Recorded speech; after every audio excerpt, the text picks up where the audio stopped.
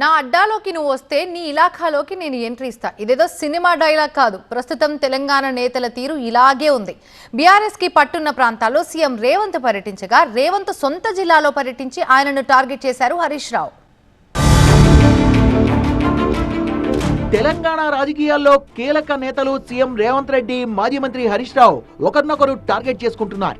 రేవంత్ రెడ్డి, హరీష్ రావుల మధ్య మాటల యుద్ధం నిత్యం ఉండేదే అయినా లేటెస్ట్ గా ఇద్దరు నేతలు ఒకరి ఇలాకాలో మరొకరు పర్యటించడం ఆసక్తికరంగా మారింది. సీఎం రేవంత్ రెడ్డి బుధవారం వేములవాడలో పర్యటించారు. రాజన్నను దర్శించుకున్న అనంతరం ఏర్పాటు చేసిన బహిరంగ సభలో పాల్గొన్న ముఖ్యమంత్రి బీఆర్ఎస్ పై విమర్శల వర్షం కురిపించారు.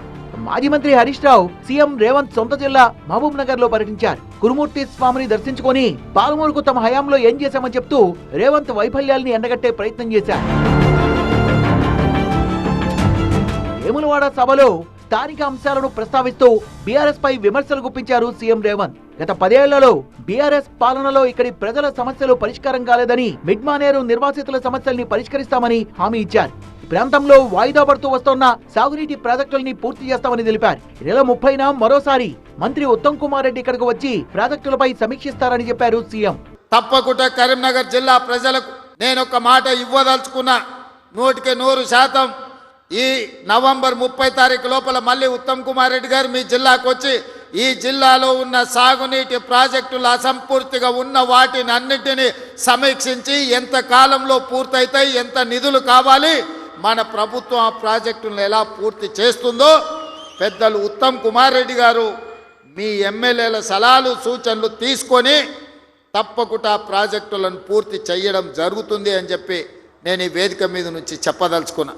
గతంలో ఉన్న వేములవాడ ఎమ్మెల్యే ఎవరికీ అందుబాటులో ఉండేవారు కాదని, కానీ ఇప్పుడు ఆది శ్రీనివాస్ ఇక్కడ ప్రజల మధ్యలోనే ఉంటున్నారని తెలిపారు. రాష్ట్రాన్ని 7 లక్షల కోట్ల అప్పుల్లో ముంచేసిన కేసీఆర్ ప్రజలతో పాటు వేములవాడ రాజన్నను కూడా మోసం చేశారని ఆరోపించారు. 10 ఏళ్లలో బీఆర్ఎస్ వాళ్లు చేయలేనిది తాము 10 నెలల్లో చేసి చూపిస్తున్నామన్నారు. దాదాపుగా ఈ 10 సంవత్సరాలలో చంద్రశేఖర్ రావు గారు 20 లక్షల కోట్ల రూపాయల బడ్జెట్ ఖర్చు పెట్టిండు. తెలంగాణ రాష్ట్రాన్ని 7 లక్షల కోట్ల రూపాయల్లో అప్పుల ఊబిలో ముంచిండు. 7 లక్షల కోట్ల రూపాయల అప్పు తెచ్చిన చంద్రశేఖర్ రావు, 10 సంవత్సరాలలో 20 లక్షల కోట్ల రూపాయలు ఖర్చు పెట్టిన చంద్రశేఖర్ రావు 100 కోట్లతోని రాజన్న దేవాలయాన్ని పూర్తి చేయలేకపోయిందా? ప్యాకేజ్ నెంబర్ 9 సిరిసిల్లలో ఎందుకు పడావు పడ్డది? కలికోట సూరమ్మ ప్రాజెక్ట్ ఎందుకు పూర్తి కాలేదో మీరు ఒక్కసారి ఆలోచన చేయండి.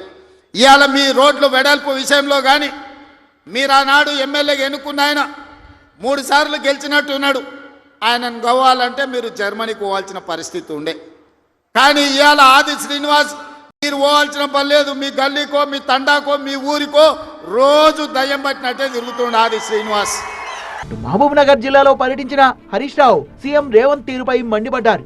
కురుమూర్తి దేవుడి దగ్గర 15 ఆగస్టు లోపల 2 లక్షల రుణమాఫీ చేస్తామని చేయలేదని, కనీసం కురుమూర్తి వద్ద కూడా ప్రాయశ్చిత్తం చేసుకోలేదన్నారు. కొడంగల్లో ఓడిపోతే రాజకీయ సన్యాసం తీసుకుంటానని చెప్పిన రేవంత్ మాట తప్పారని, ఎన్నికల్లో 6 గ్యారెంటీలపై బాండ్ పేపర్ రాసి మాట నిలబెట్టుకోలేదన్నారు. మాట తప్పడం రేవంత్ కు అలవాటుగా మారిందని, నిద్రలో కూడా రేవంత్ రెడ్డికి కేసీఆర్ గుర్తొస్తున్నారన్నారు.